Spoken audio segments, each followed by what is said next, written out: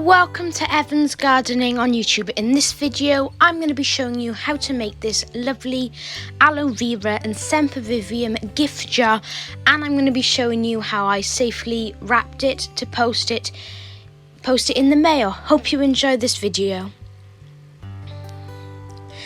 I chose to use the aloe vera and sempervivum, but you can use any plants. You could use a cactus, you could use other succulents, you could use a crassula, a jade plant, you could even use a moon cactus. They look nice in displays. There's lots of things you can use, so use whatever you find nice looking in the jar.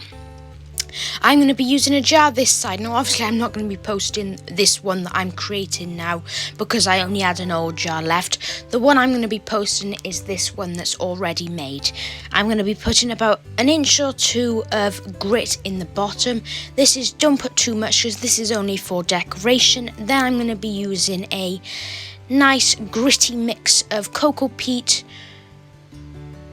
compost, perlite and grit. There's also some slow release fertilizer in there too, so that'll be great for the plants. Now don't fill this up too much because don't forget you need to leave room for your aloe vera because they have got quite big roots to plant in. Now this is a little pup that I've been growing for a couple of weeks, so I think this is now ready to, a couple of months, so I think this is now ready to pot on. Make sure to firm the soil around it because in the post this isn't going to be very it's not going to be looked after very carefully, so make sure you plant everything in firmly. I'm also going to be doing that with the sempervivums.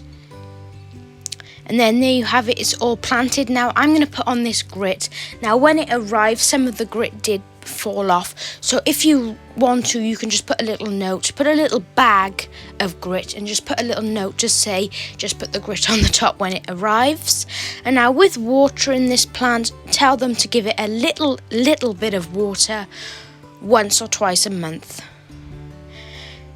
I just used the bamboo cane just to flatten out the grit on the top, and there it is, all complete. Now here's how to safely pack it ready for postage. Using some cling film, I'm going to wrap the whole thing. This will keep in, if it does get damaged, it'll contain all of the soil in there instead of it going into the box, and it'll also hold the plant in place. Just make sure to securely wrap it around, and then once I've wrapped it up all nice and safely, as you can see there it is, I'm going to get some bubble wrap. Now I had loads of bubble wrap because I obviously put it on the sides of my greenhouse to keep out the frost. I'm just going to use that to wrap it up.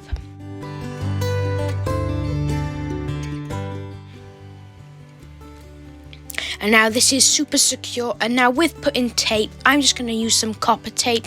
Now this is really good because I've had packages before, and I bet you have, and you see the tape on there and you can't find the end, and then in the end you get really frustrated and you just rip it open and all the soil goes everywhere. So this is good because the people can see where the tape is and they can easily remove it instead of making a mess everywhere.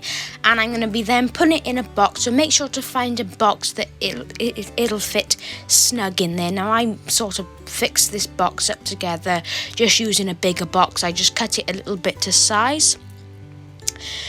At the end of this video, after the outro, I've just put some little signs you can print off if you want to put on the box. Remember to write the address and leave space for a stamp. Thank you very much for watching. Hope you've enjoyed this video. Have a great day. Goodbye.